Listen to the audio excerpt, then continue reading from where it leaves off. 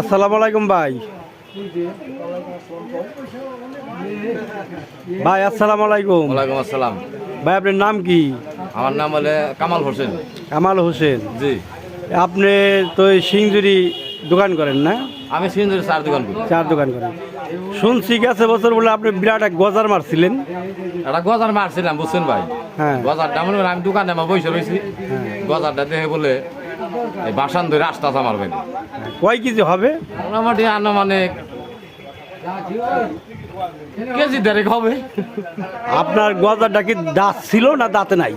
ভাই পরে মারার পর মানে আগরে দেখলাম দুই দাঁতে। দুই দাঁতের না? ও তাই শুনছি যে আপনি মাইসের কাছে বলছেন যে আমার যে গজারটা মারছিলাম আমি। না আমি তো এটা মনে করেন না পুরান জিয়ানি।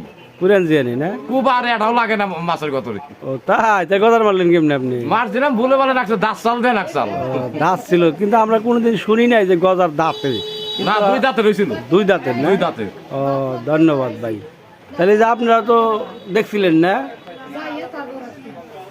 হ্যাঁ আপনি দেখেন নাই?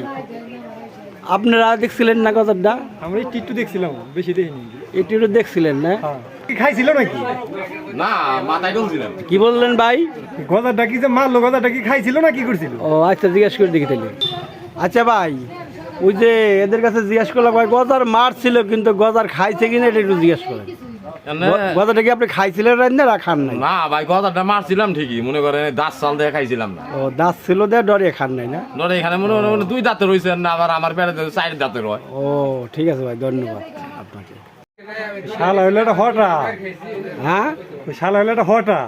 তাহলে গজার মারা নাই আসলে? কি জানি, ও শালায় মাছ মারা হারবো না। তাই না? হ্যাঁ, তাহলে হঠাৎ কি করে খালি? হটা আমি করে খালি। আচ্ছা ধন্যবাদ ভাই।